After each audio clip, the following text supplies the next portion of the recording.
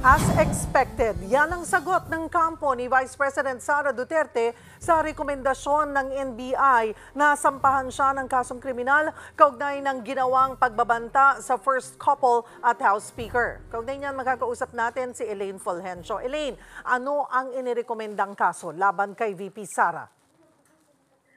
Cheryl, katatapos lang nga ng press conference dito sa NBI kung saan nabanggit ni NBI Director Jaime Santiago na nagrekomenda sila na sampahan ng mga kaso si Vice President Sara Duterte, kabilang dyan yung grave threat at inciting to sedition. At ayon nga kay NBI Director Santiago, matagal na nilang pinag-aralan at pinag-review yung mga kasong isasampalaban kay VP Sara kaugnay ng kanyang pagbabanta kay President Bongbong Marcos Jr., kay First Lady Liza Araneta Marcos at kay House Speaker Martin Romualdez. Pakinggan natin yung pahayag ni NBI Director Jaime Santiago. Yung cases, hindi pala cases na ipinail namin ay inciting to sedition and grave threats. Yun po ay yung pananakot na ginawa sa buhay ng ating Pangulo, ng First Lady at ng Speaker.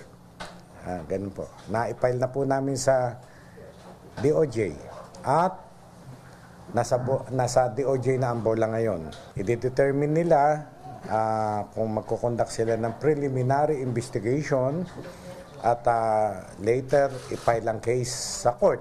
Open source evidence yun, There was really a Zoom meeting kung saan niya isinabi yung mga threatening remarks niya.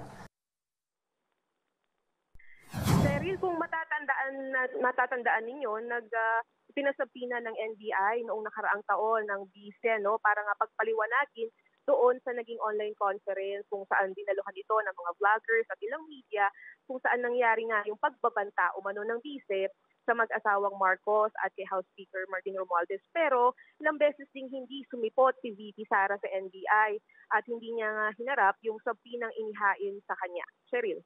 So klaruhin natin katulad ng nabanggit na tapos na sa kanila, ito na yung final na resulta ng kanilang investigasyon sa NBI.